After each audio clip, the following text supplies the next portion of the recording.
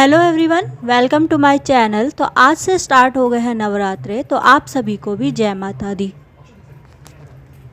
तो आज सबसे पहले स्टार्ट किया मैंने लूसेंट से ज्योग्राफी को।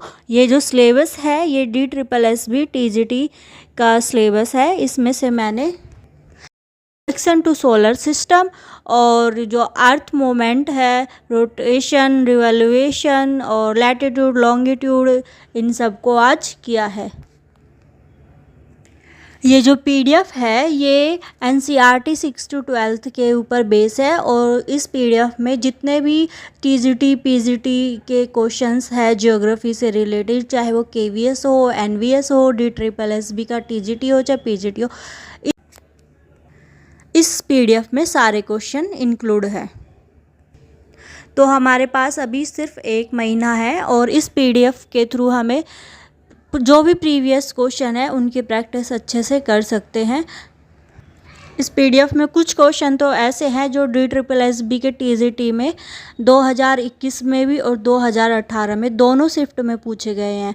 तो क्या पता कुछ क्वेश्चन ऐसे भी हो जाए कि जो अब हमारा एग्ज़ाम होगा इसी PDF से ही पूछा जाए।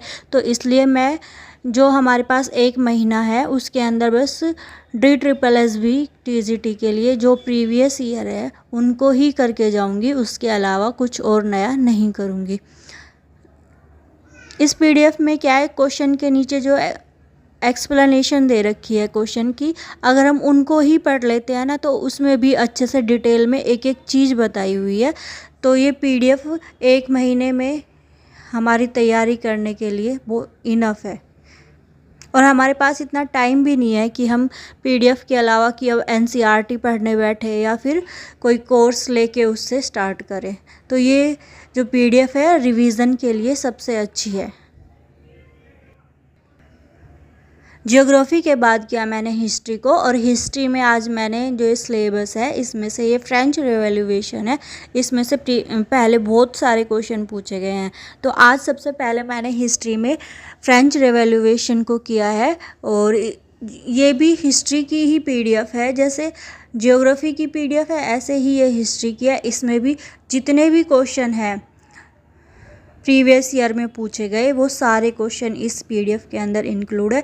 चाहे वो कोई सा भी एग्ज़ाम हो, हमारा KVS का हो चाहे TGT चाहे DSSB का हो चाहे NVS को, सारे के सारे एग्ज़ाम्स के प्रीवियस ईयर इस PDF में हैं।